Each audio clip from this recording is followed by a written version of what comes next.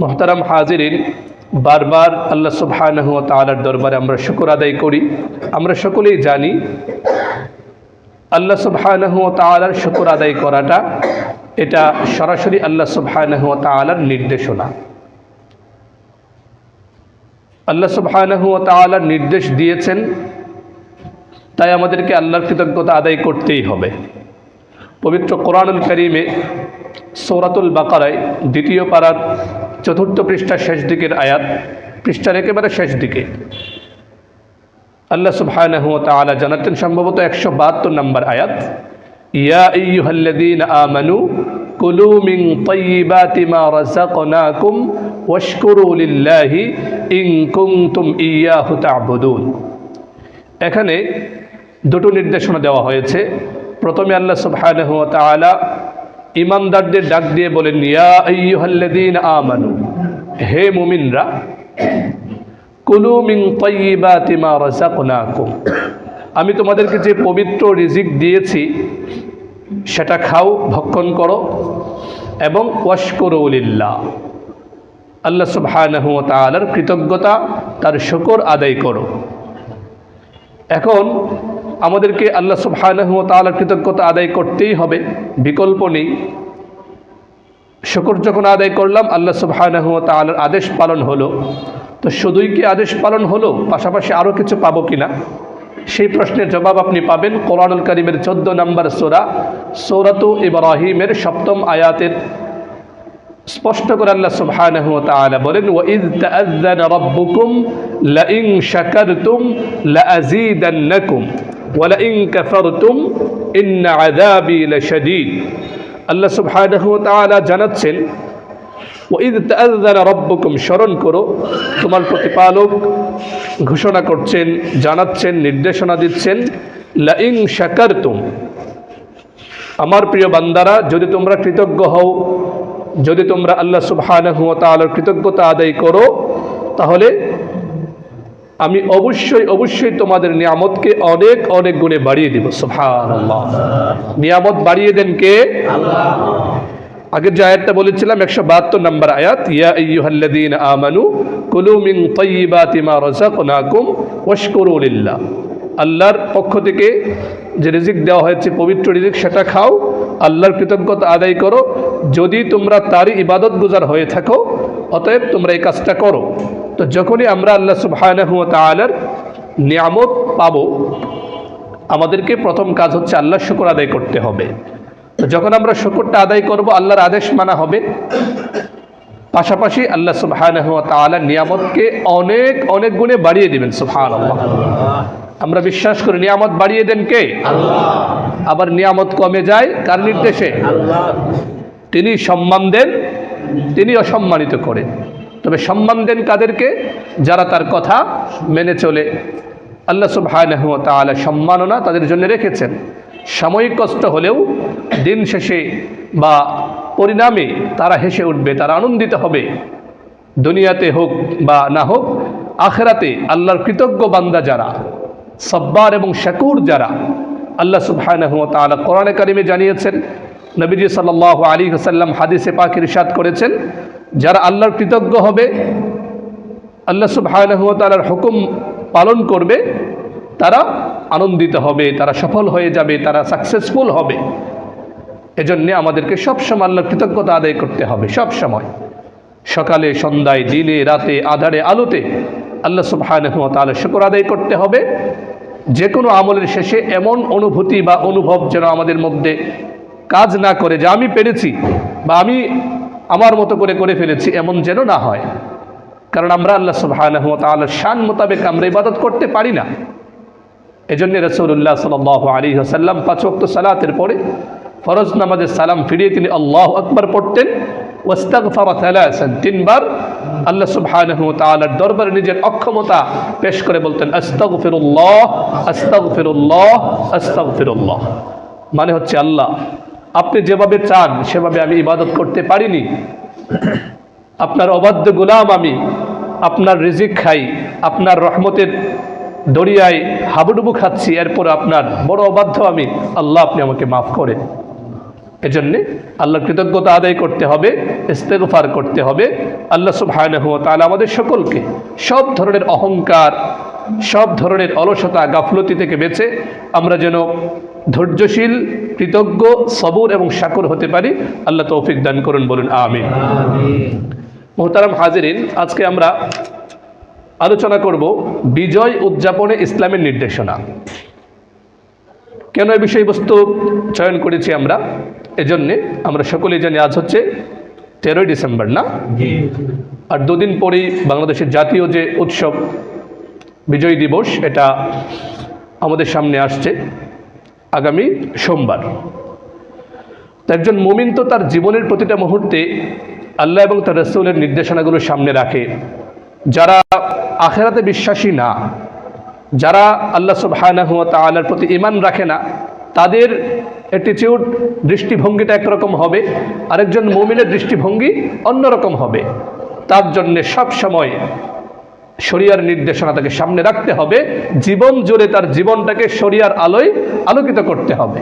সেজন্য অন্যরা যাই করুক, একজন মুমিন হিসেবে জীবনের প্রতিটা মুহূর্তে তার বিজয়ের সময়, তার পরাজয়ের সময়, তার আনন্দের সময়, তার বেদনার সময় তাকে দেখতে হবে আল্লাহ সুবহানাহু ওয়া তাআলা তাকে কি নির্দেশনা দিয়েছেন, রাসূলুল্লাহ সাল্লাল্লাহু আলাইহি ওয়াসাল্লাম তার ব্যাপারে কি নির্দেশনা দিয়ে গিয়েছেন। সর্বোপরি শরিয়ার আলোকে তার চিন্তা চেতনা, তার 24টা ঘন্টা দেখতে হবে। সেজন্য আমরা 16ই ডিসেম্বর বিজয় দিবস, তো বিজয় উদযাপনে একজন মুসলিমের দৃষ্টিভঙ্গিটা কেমন হবে? অন্য কথায় বলতে গেলে বিজয় উদযাপনে ইসলামের নির্দেশনা। ভেবেছিলাম আরেকটা বিষয় নিয়ে কিছু কথা বলবো। আজকে এই টপিকে কথা বলতেই লম্বা সময় হয়ে যাবে, সেজন্যে খুব সংক্ষেপে বলছি। সামনে ইনশাল্লাহ আমরা এটা নিয়ে কথা বলবো।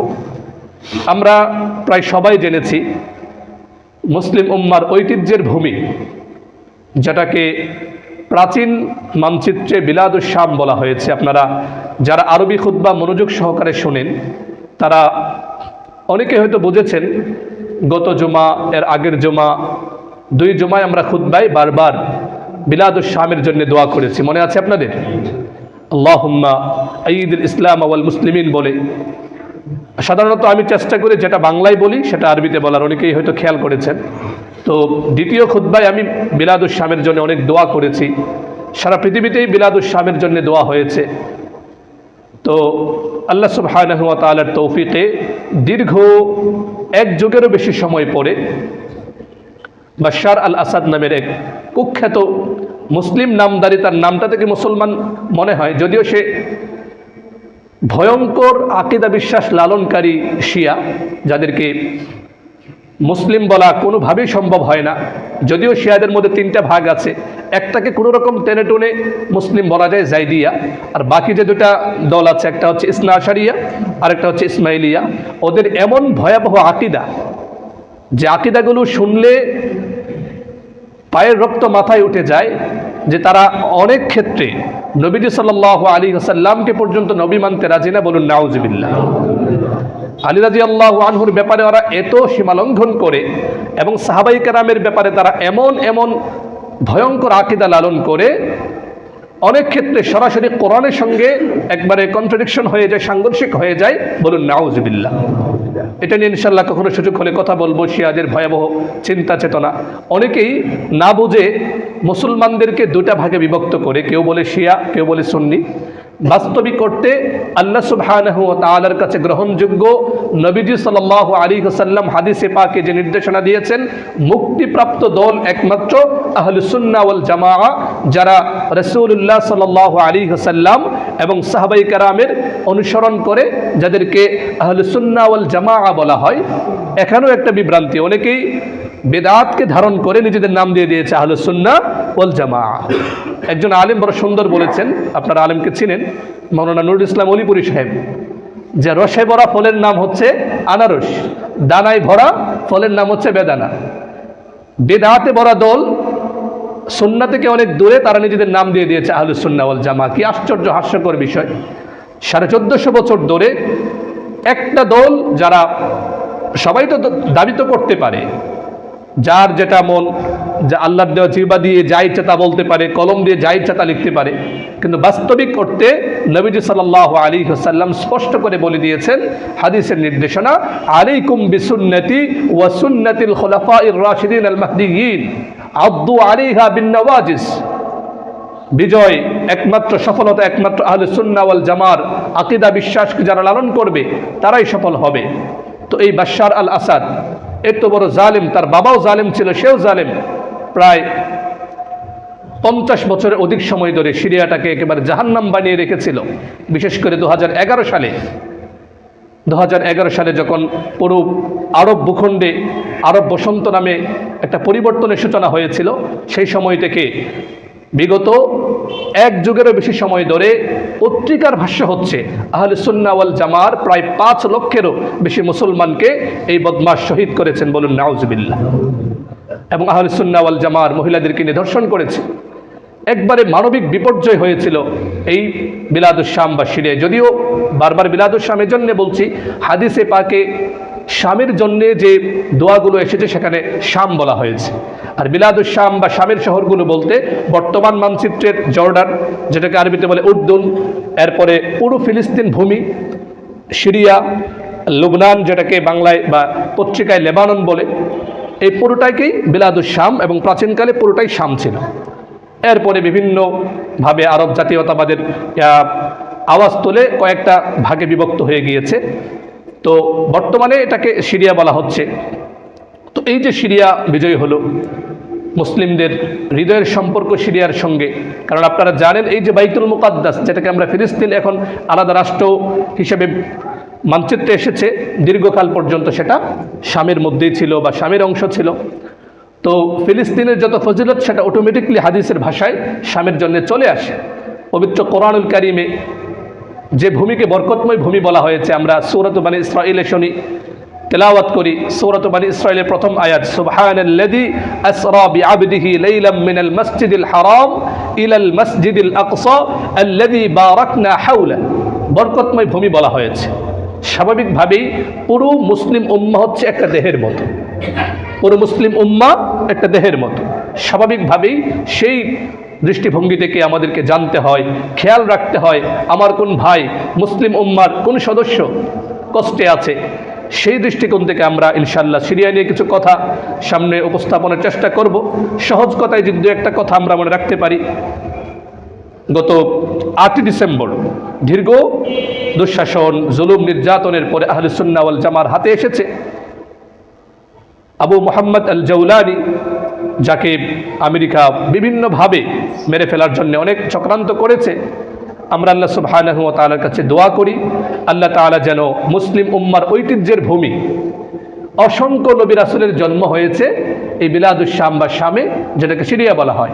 আপনারা জানেন হযরত ইব্রাহিম আলাইহিস সালাতু ওয়াস সালাম স্বজাতির বিরোধিতায়, বাবাও যখন বলল লা ইল্লাম তানতাহি লা আরজুমান্নাকা ওয়াহজুরনি মালিয়া, ইব্রাহিম তুমি যদি মূর্তি পূজা পরিত্যাগ না করো, তুমি যদি শিরকের পথ না ছাড়ো, তোমাকে পাথর মেরে শেষ করে দিব। এভাবে স্বজাতির নির্যাতন, নিপীড়ন, বাধাপ্রাপ্ত হয়ে আল্লাহ সুবহানাহু ওয়া তাআলার নির্দেশে তিনি শামে হিজরত করেছিলেন। হযরত ঈসা আলা নবিয়িনা ওয়া আলাইহিস সালাতু ওয়াস সালামের জন্মও শামে। এভাবে অসংখ্য নবী রাসূলের জন্মস্থান হচ্ছে এই শাম। সাহাবায়ে রাসূলুল্লাহ সাল্লাল্লাহু আলাইহি ওয়াসাল্লাম এই শামের জন্য দোয়া করেছেন। সহিহ বুখারী, মুসলিমের হাদিস, একাধিক হাদিসের কিতাবে এসেছে, নবীজি সাল্লাল্লাহু আলাইহি ওয়াসাল্লাম বলেছেন, আল্লাহুম্মা বারিক লানা ফি শামিনা, আল্লাহুম্মা বারিক লানা ফি শামিনা। আল্লাহ, আমাদের এই শাম ভূমি, নবীদের ভূমি, সাহাবায়ে কেরামের ভূমি, এই শামে আল্লাহ আপনি বারাকাত দান করুন। সুবহানাল্লাহ।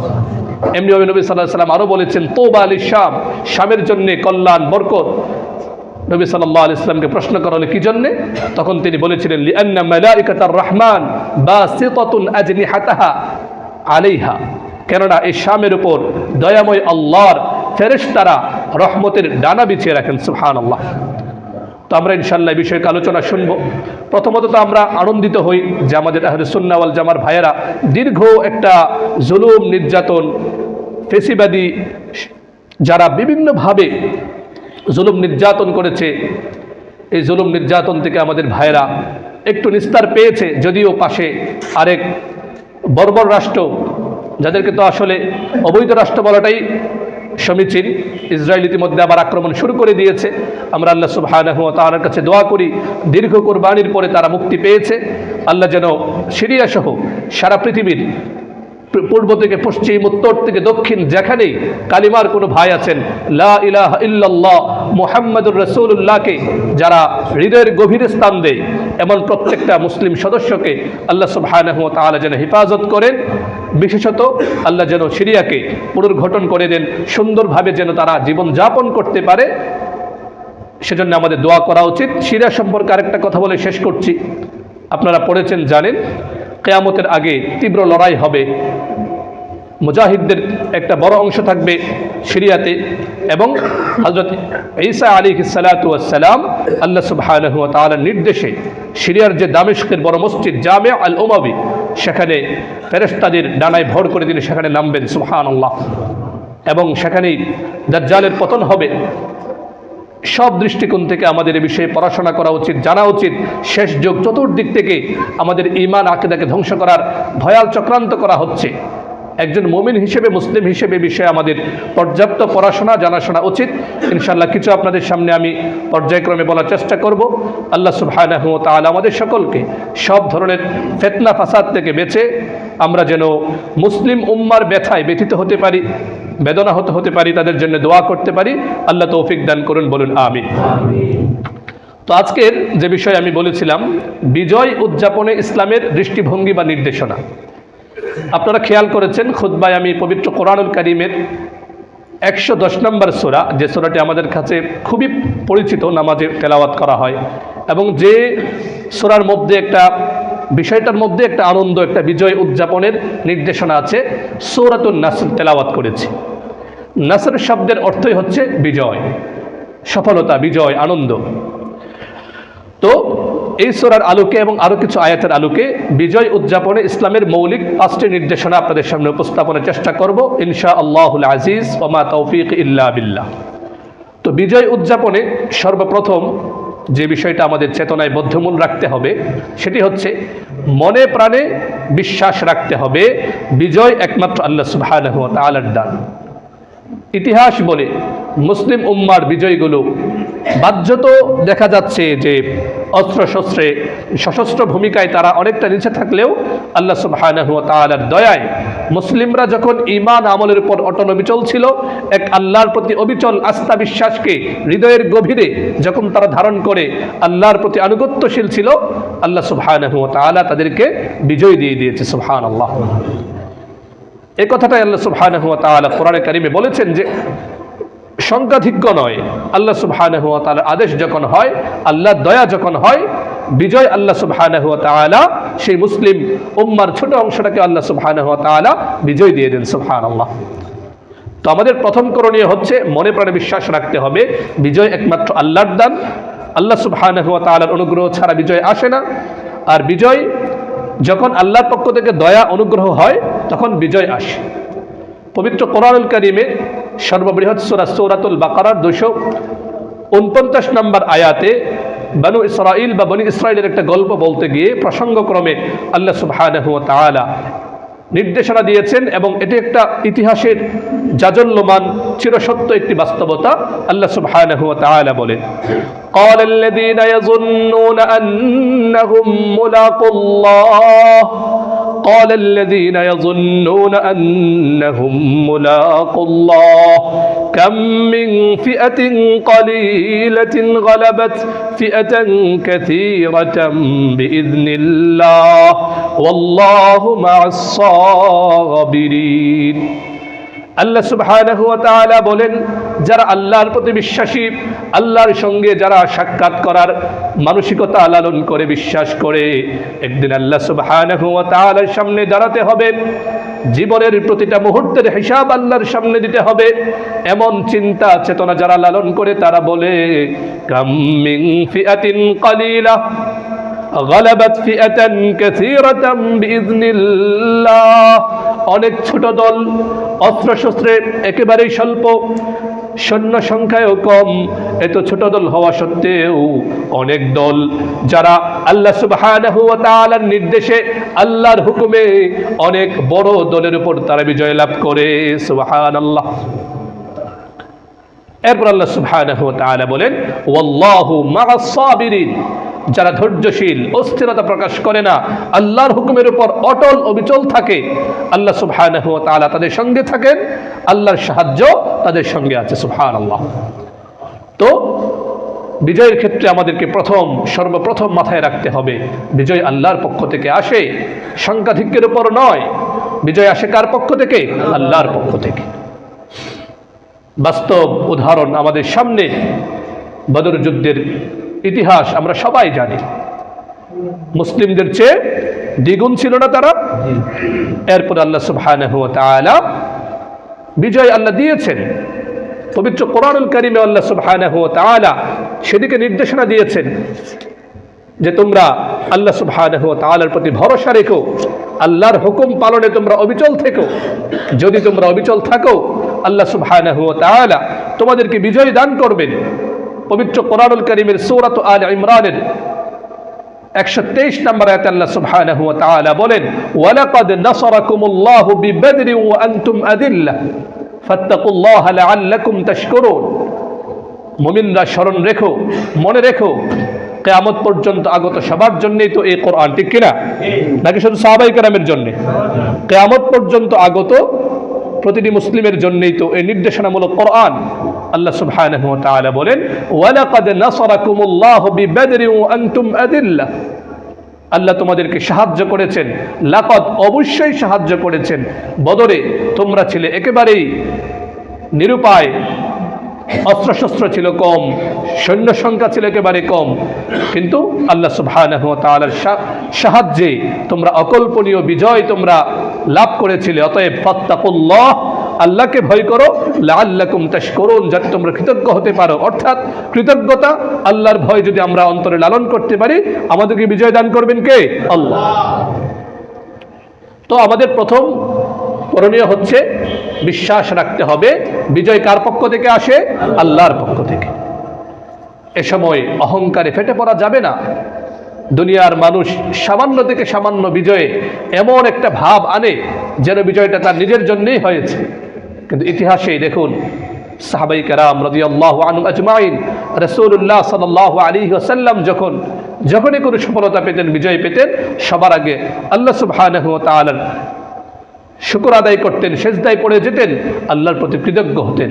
তো আমাদের প্রথম করণীয় হচ্ছে বিজয় দিবসে, বিজয় উদযাপনে আমাদের প্রথম করণীয় মনে প্রাণে বিশ্বাস রাখতে হবে বিজয় আল্লাহ সুবহানাহু ওয়া তাআলার দান।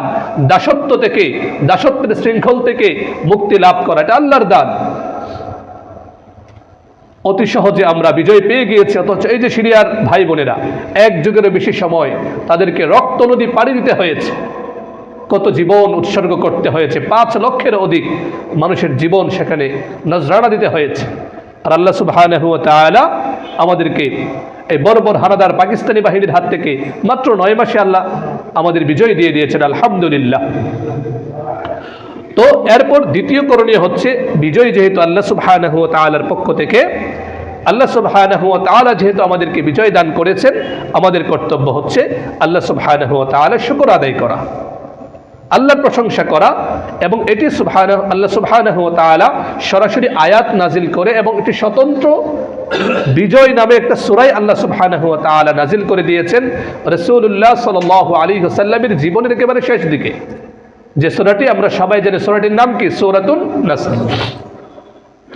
এই সূরাতুন নাসরের মাধ্যমে স্পষ্ট করে রাসূলুল্লাহ সাল্লাল্লাহু আলাইহি ওয়াসাল্লামের প্রতি আল্লাহ যে সূরাটি নাজিল করলেন, এখানে একেবারে স্পষ্টভাবে আল্লাহ সুবহানাহু ওয়া তাআলা আমাদের করণীয়, আমরা কি করব, বিজয় পাওয়ার পরে আমরা কি উল্লাসে ফেটে পড়ব, আমরা কি উদ্ধত আচরণ করব, আমরা কি অহংকারী হয়ে পড়ব, না কি করব, স্পষ্ট নির্দেশনা এখানে আছে। আল্লাহ সুবহানাহু ওয়া তাআলা জানাচ্ছেন, ইযা জাআ নাসরুল্লাহি ওয়াল ফাতহ ورأيت الناس يدخلون في دين الله أفواجا فسبح بحمد ربك واستغفر إنه كان توابا আল্লাহ সুবহানাহু ওয়া তাআলা বলেন ইযা জাআ নাসরুল্লাহ, যখন আল্লাহর পক্ষ থেকে সাহায্য আসবে, ওয়াল ফাতহ, বিজয় আসবে, যখন আল্লাহর পক্ষ থেকে সাহায্য আসবে, যখন বিজয় তোমাদের পদচুম্বন করবে, ওয়া রাআইতান নাস, ও আমার প্রিয় রাসূল, ওয়া রাআইতান নাস, আপনি দেখবেন লোকেরা ইয়াদখুলুনা ফি দীনিল্লাহি আফওয়াজা, আল্লাহর দ্বীনে লোকেরা দলে দলে প্রবেশ করছে। এই তো সেই দিন যে দিনের জন্যে আপনাকে রক্তাক্ত হতে হয়েছে। এই দিন তো সেই দিন যে দিন আল্লাহর জমিনে বিজয়ী করার জন্যে আপনাকে মাতৃভূমির মায়া ত্যাগ করে মক্কাতুল মুকাররমা ছেড়ে মদিনাতুল মুনাওয়ারায় যেতে হয়েছে। এই দিন তো সেই দিন যে দিনকে, ইসলামকে বিজয়ী করার জন্যে বদরে, উহুদে, খন্দকে আপনার প্রিয় সাহাবীরা শাহাদাতের নজরানা পেশ করেছে, আপনার পবিত্র দান্দান মুবারক শহীদ হয়েছে। এই দিন তো সেই দিন যে দিনের জন্যে সাহাবায়ে কেরাম বারবার নিজের জীবনের বাজি ধরেছেন। এই দিনে যখন মানুষ ইসলামের মধ্যে, মানুষ যখন দলে দলে প্রবেশ করবে, আমার প্রিয় নবী অহংকারে ফেটে পড়া যাবে না। আপনি আপনার উম্মতকে জানিয়ে দিবেন তারা যেন বিজয় পেলে অহংকারে মত্ত না হয়, উদ্ধত না হয়, বরং তারা যেন বিনয়ী হয়, আল্লাহর সামনে তারা যেন নিজেদেরকে নত করে দেয়। এরপর বিজয় উদযাপনের এখানে মৌলিক তিনটে কর্মসূচি দিয়েছেন আল্লাহ সুবহানাহু ওয়া তাআলা। বলেন ফাসাব্বিহ বিহামদি রাব্বিক, ও আমার প্রিয় রাসূল, আপনার প্রথম কাজ হচ্ছে বিজয় পাওয়ার সঙ্গে সঙ্গে আল্লাহ সুবহানাহু ওয়া তাআলার প্রশংসাই বলুন আলহামদুলিল্লাহ। ফাসাব্বিহ, আপনি সুবহানাল্লাহ পড়ুন, আপনি আল্লাহর প্রশংসা করুন। সুবহানাল্লাহ মানে কি? আমি আল্লাহ সুবহানাহু ওয়া তাআলার পবিত্রতা বর্ণনা করছি, এটাই তো প্রশংসা। তো আমাদের প্রথম কাজ হচ্ছে বিজয় উদযাপনে সুবহানাল্লাহ পড়তে হবে। কি পড়তে হবে? সুবহানাল্লাহ পড়তে হবে। এগুলো আমরা খুব সহজে উচ্চারণ করে ফেলি, তো এজন্য অনেকের কাছে এটাকে খুব মূল্যবান মনে হয় না। অথচ দেখুন আয়াত নাজিল করে আল্লাহ সুবহানাহু ওয়া তাআলা তার তাসবিহ, তার পবিত্রতা ঘোষণার নির্দেশনা দিচ্ছেন। সুবহানাল্লাহ। অনেক আয়াতের মধ্যে বা অনেক সূরার অংশে আপনারা দেখবেন যে আল্লাহ সুবহানাহু ওয়া তাআলা আয়াত নাজিল করে তাসবিহ পাঠের কথা বলেছেন। কখনো জানাচ্ছেন যে সাব্বাহা লিল্লাহি মা ফিস সামাওয়াতি ওয়া মা ফিল আরদ, কখনো আল্লাহ বলছেন ইউসাব্বিহু লিল্লাহি মা ফিস সামাওয়াতি ওয়া মা ফিল আরদ। মানে তাসবিহ, সুবহানাল্লাহ, এটা আল্লাহ সুবহানাহু ওয়া তাআলার কাছে কত প্রিয়, কত পছন্দের। তো আমাদের প্রথম করণীয় হচ্ছে, এখানে জানাচ্ছেন আল্লাহ সুবহানাহু ওয়া তাআলা সুবহানাল্লাহ পড়তে হবে। দ্বিতীয়, বিহামদি রাব্বিক, তোমার প্রতিপালকের প্রশংসা করতে হবে। দ্বিতীয় কাজ হচ্ছে আমাদেরকে আলহামদুলিল্লাহ পড়তে হবে, কারণ বিজয় কার দান? আল্লাহর। এরপরে আমাদের তৃতীয় কাজ, দেখুন ইস্তেগফারটা আল্লাহর কাছে কত পছন্দের। আমরা ইস্তেগফার করতে ভুলে যাই, ইস্তেগফার করি না আমরা। বিজয় এসেছে আনন্দে উৎফুল্ল হওয়ার পরিবর্তে আল্লাহ বলেন ইস্তেগফার করো, আল্লাহ সুবহানাহু ওয়া তাআলার কাছে ক্ষমা চাও, তওবা ইস্তিগফার করতে থাকো। কেন? ইন্নাহু কানা তাওয়াবা, নিশ্চয়ই তিনি অতিশয় ক্ষমা যিনি করেন, ক্ষমাশীল তিনি। তো এখানে আমাদেরকে তিনটা নির্দেশনা দিয়েছেন। বিজয় পাওয়ার পরে আমাদেরকে সুবহানাল্লাহ বলতে হবে, আমাদেরকে আলহামদুলিল্লাহ বলতে হবে, এবং আমাদেরকে আস্তাগফিরুল্লাহ আস্তাগফিরুল্লাহ বলতে হবে। হৃদয়ের গভীরে ইস্তেগফার, আল্লাহর কাছে ক্ষমা প্রার্থনার অনুভূতি লালন করতে হবে। তো বিজয় উদযাপনে আমাদের পাঁচটি নির্দেশনার মধ্যে দুইটা বললাম। প্রথম নির্দেশনা হচ্ছে মনে প্রাণে বিশ্বাস করতে হবে বিজয় কার দান? আল্লাহর দান। দ্বিতীয় করণীয় হচ্ছে বিজয় উদযাপনে একেবারে আনন্দে উল্লাসে ফেটে পড়ার সুযোগ নেই। এমনিতে তো আনন্দ তো আসবেই, কিন্তু আনন্দের বহিঃপ্রকাশটা ঘটতে হবে সংযমের সাথে। যেভাবে আল্লাহ সুবহানাহু ওয়া তাআলা নির্দেশনা দিয়েছেন সেভাবে। যা মনে চায় তা করলাম, এই সুযোগ নেই। গান বাজনা করে একেবারে সব এলোমেলো করে ফেললাম, আল্লাহর নাফরমানি হবে। আল্লাহ সুবহানাহু ওয়া তাআলার কৃতজ্ঞতার সবচেয়ে বড় বহিঃপ্রকাশ হচ্ছে আল্লাহর আনুগত্যের বাইরে না যাওয়া। এজন্য উলামায়ে কেরাম বলেন শুকরের শুকরের তিনটা দিক। কয়টা দিক? কোনো নিয়ামত পাওয়ার পরে অন্তরে কথা লালন করা, বিশ্বাস করা যে আল্লাহ দিয়েছেন, আমি পারিনি। দ্বিতীয়, জবান দিয়ে জিহ্বা দিয়ে বলা আলহামদুলিল্লাহ। এবং সবচেয়ে বড় কৃতজ্ঞতা হচ্ছে আল্লাহর নাফরমানি না করা।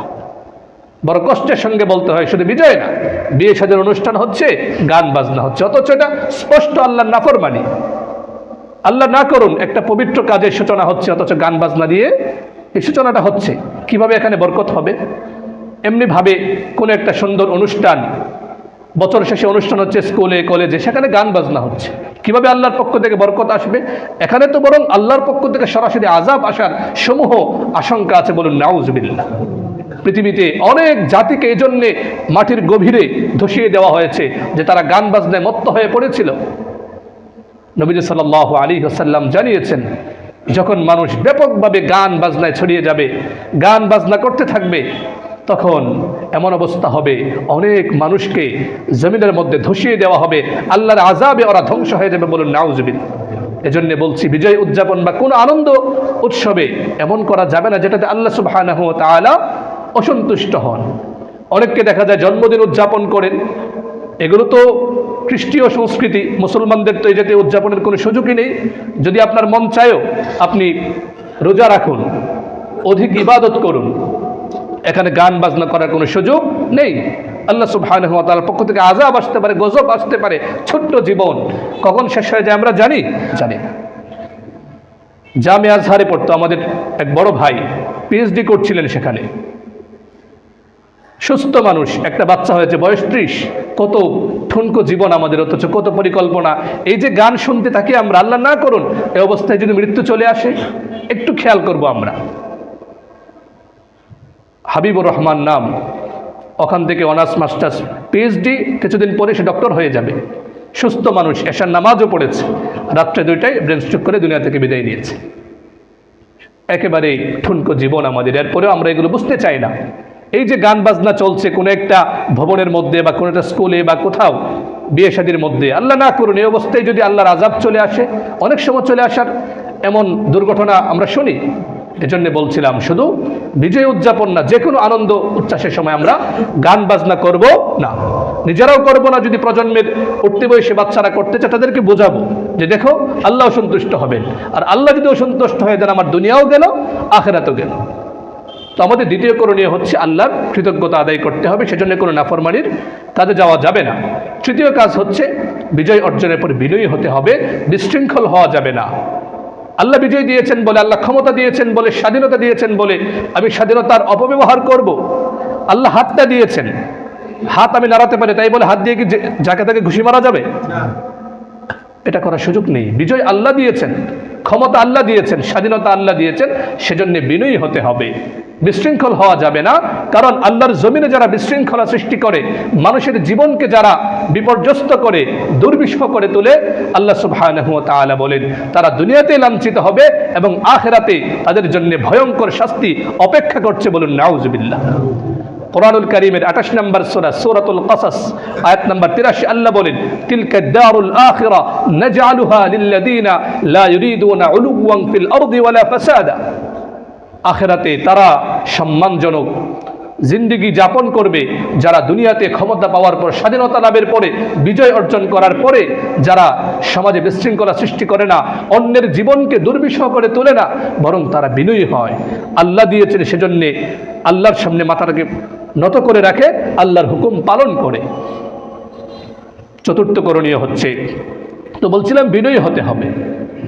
তৃতীয় করণীয় আমাদেরকে বিনয়ী হতে হবে। আবার সিরাত দেখুন, রাসূলুল্লাহ সাল্লাল্লাহু আলাইহি ওয়াসাল্লাম মক্কাতুল মুকাররমা থেকে, নিজের মাতৃভূমি যেখানের আলো বাতাসে তিনি বেড়ে উঠেছেন, সে মক্কাতুল মুকাররমা থেকে কাফেরদের ষড়যন্ত্রে মাতৃভূমি থেকে তাকে মক্কাতুল মুকাররমা ছেড়ে চলে যেতে হয়েছে।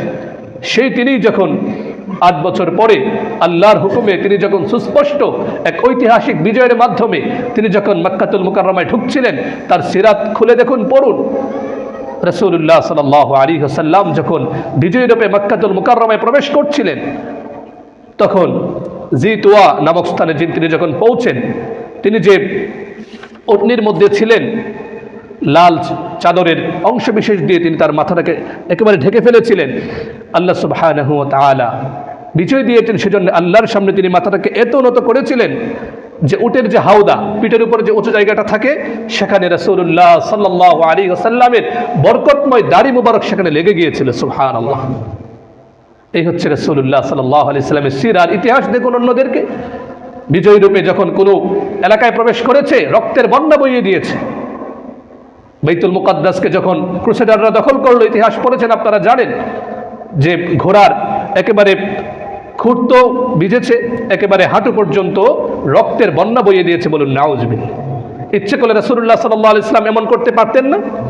নিজের মাতৃভূমি থেকে অন্যায়ভাবে তাকে বের করে দেওয়া হয়েছে। হেন নির্যাতন, নিপীড়ন, মানসিক মেন্টালি টর্চার নিয়ে তাকে করা হয়নি। এরপর তিনি যখন বিজয়ী রূপে প্রবেশ করেছেন, তিনি বিনয়ের পরিচয় দিয়েছেন। কতভাবে কত মানুষকে তিনি ক্ষমা করে দিয়েছেন।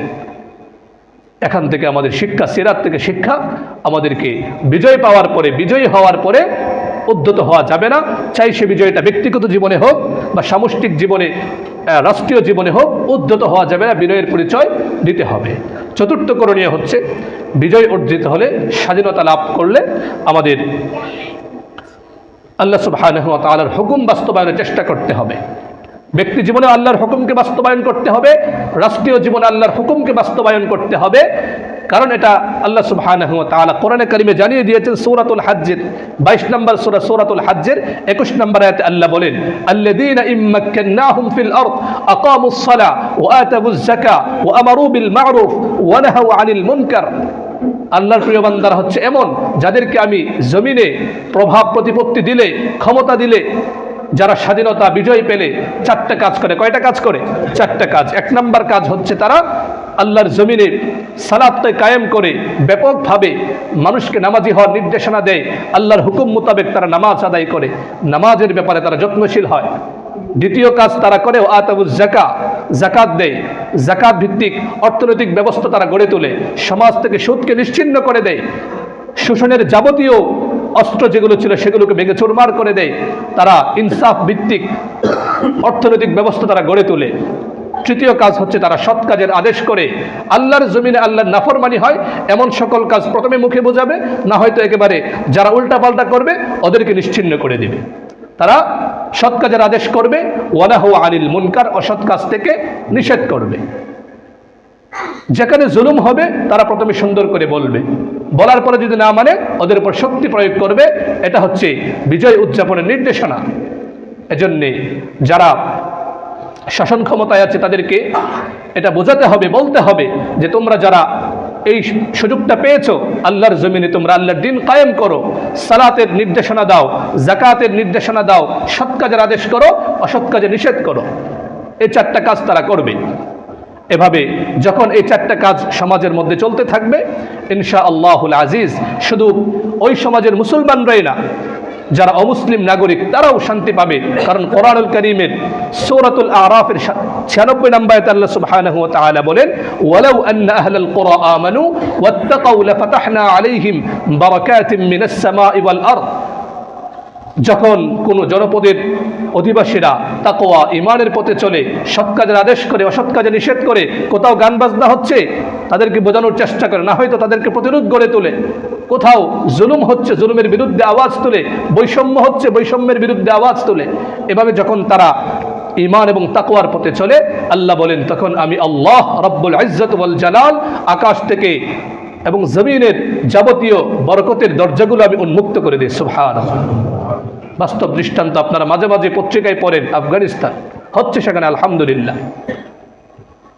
সর্বশেষ আমাদের করণীয় হচ্ছে দেশের শান্তি সমৃদ্ধি নিরাপত্তার জন্যে যে আল্লাহ বিজয় দিয়েছেন তার সামনে যেভাবে অবনত হব, দেশের জন্যে শান্তি সমৃদ্ধির জন্যে আল্লাহর কাছে দোয়া করতে হবে। দোয়া করবো তো ইনশাআল্লাহ?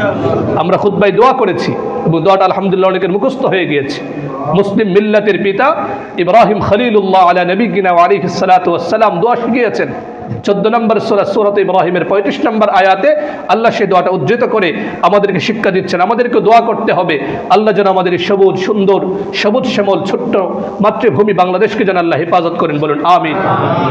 ইব্রাহিম আলাইহিস সালামকে ইব্রাহিম আলাইহিস সালাম জানাচ্ছেন ইদ ক্বালা ইব্রাহিম, স্মরণ করে সেই সময়ের কথা যখন ইব্রাহিম আলাইহিস সালাম দোয়া করছিলেন রব্বি ইজআল হাদাল বালাদা আমিনা, আল্লাহ আপনি এই শহরকে, মানে মক্কাতুল মুকাররমার জন্য দোয়া করছিলেন যে আল্লাহ এই শহরকে আপনি নিরাপদ করে দিন। সুবহানাল্লাহ। তো আমাদের পঞ্চম করণীয় হচ্ছে দেশের শান্তি সমৃদ্ধির জন্য, জনগণের ঈমান আকীদা যেন সুদৃঢ় থাকে, সেজন্য আল্লাহর কাছে দোয়া করতে হবে। করব তো ইনশাআল্লাহ। তো প্রথম করণীয় কি বলেছিলাম কখনো যখনই আল্লাহ সুবহানাহু ওয়া তাআলার পক্ষ থেকে বিজয় আসবে, মনে প্রাণে বিশ্বাস রাখতে হবে বিজয় আল্লাহর পক্ষ থেকে এসেছে। দ্বিতীয় করণীয়, আল্লাহ সুবহানাহু ওয়া তাআলার প্রতি কৃতজ্ঞতা লালন করতে হবে, এবং সেই কৃতজ্ঞতার বহিঃপ্রকাশ হচ্ছে সুবহানাল্লাহ বলতে হবে, আলহামদুলিল্লাহ বলতে হবে, আমাদেরকে আস্তাগফিরুল্লাহ করে আল্লাহর দিকে ফিরে যেতে হবে। তৃতীয় করণীয় হচ্ছে আমাদেরকে বিনয়ী হতে হবে, অহংকারী হওয়া যাবে না। চতুর্থ করণীয় হচ্ছে যার যার অবস্থান থেকে আল্লাহর জমিনে আল্লাহর দ্বীনকে কায়েম করার চেষ্টা করতে হবে, নিজে নামাজি হতে হবে, অন্যদেরকে নামাজের দাওয়াত দিতে হবে, যাকাত আদায়ের নির্দেশনা দিতে হবে, সৎ কাজের আদেশ করতে হবে, অসৎ কাজের নিষেধ করতে হবে। সর্বশেষ যেটা বললাম, সবসময় দেশের মানুষের কল্যাণের জন্য, নিরাপত্তার জন্য সবসময় পরিস্থিতি যেন স্বাভাবিক থাকে, অস্থিতিশীল পরিস্থিতি যেন দূর হয়, বিশৃঙ্খলাকারীরা যেন বিশৃঙ্খলা সৃষ্টি করতে না পারে, দেশের স্বাধীনতা সার্বভৌমত্ব যেন অক্ষুণ্ণ থাকে, ষড়যন্ত্রকারীরা যেন সফল হতে না পারে, সেজন্য আল্লাহর কাছে দোয়া করতে হবে। তো আমরা আমাদের মাতৃভূমি বাংলাদেশের জন্য দোয়া করি। আপনারা জানেন চতুর্দিক থেকে ষড়যন্ত্রের বীজ বপন করা হচ্ছে, জাল ছড়িয়ে দেওয়া হচ্ছে। আল্লাহ সুবহানাহু ওয়া তাআলার দয়ায় একের পর এক জাল ছিন্ন হচ্ছে। আল্লাহ যেন মাতৃভূমিকে ইসলামের জন্য কবুল করেন, কারণ ইসলাম থাকবে তো এ দেশ উন্নতির সর্বোচ্চ চূড়ায় উন্নীত হবে। আল্লাহ সুবহানাহু ওয়া তাআলা আমাদের সকলকে বিজয় উদযাপনের এই মৌলিক 5টি নির্দেশনা আমরা যেন বাস্তবায়ন করতে পারি, আমল করতে পারি। আল্লাহ সুবহানাহু ওয়া তাআলা তৌফিক দান করুন। আমিন।